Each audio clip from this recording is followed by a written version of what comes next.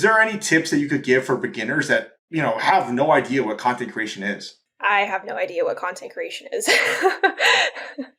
So when I started on LinkedIn, it wasn't for me to be like this influencer or to create content or to get a massive following. It was really for me to set myself up because I'm just like, man, I have no connections. If I lose my job, it's so hard with someone like me with no experience. So it was really just, okay, maybe if I write and if I build a network, it'd be easier in the future to get help. So if I can build a community and it's like, if I get laid off or if something happens, I can reach out for help because people are amazing. When you need help, people will stand up and support you. I've seen that.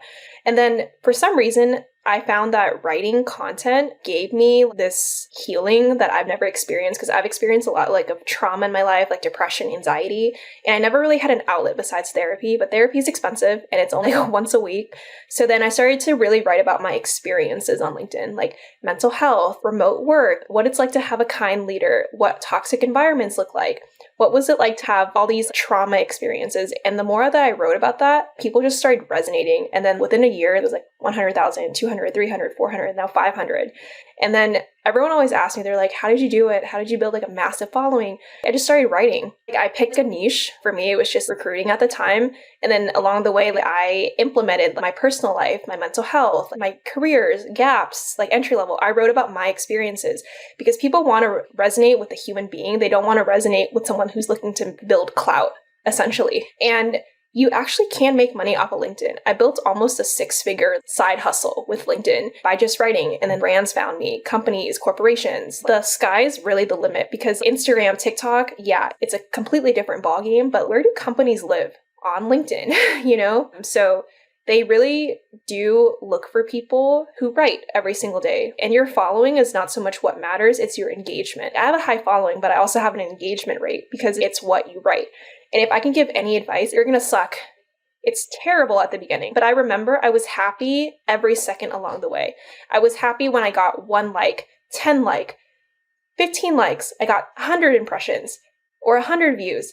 But I kept going. And people, they go within like a week and then they don't see the results. They give up. They're just like, oh, I didn't get the results. Isn't for me. I'm just like, it could have been, but you gave up. I don't know if this is going to help anybody, but one of the things that has helped me about content creation in general, or just basically doing things in public is what I call it. And it's just like, this podcast is a good example of doing things in public, right? I mean, we've been doing this podcast for 2 years. We haven't missed a week in 2 years.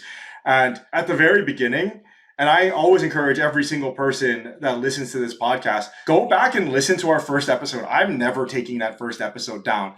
I am absolutely terrified. And I am terrified and I am terrible and you can hear it. I have a difficult time listening to it because I sound like I'm going to cry. I'm like, and yeah, you're going to suck. And then look, 2 years later, you still suck, but you don't suck as much. You will find your groove as long as you keep up with it. One of the things that has helped was realizing that if you put a piece of content out there, especially on social media, and it sucks and nobody sees it, guess what?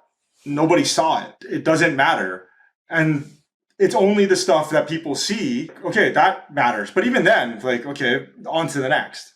Yeah, and there's also a saying, I think a lot of people don't start because they're afraid of being torn down or being made fun of, and I felt that way a lot. I get a lot of hate comments, but then it's just haters don't write your checks. There's no hater that's going to be doing better than you. That's from David Goggins. If someone is tearing you down, it's because one, you're doing something that they want to do, but they're too afraid to do it. So it's just if they see you doing it, it's embarrassing for them. And second of all, it's just someone who is successful will build you up and celebrate you. They're not going to make fun of you. Unsuccessful people tear down successful people.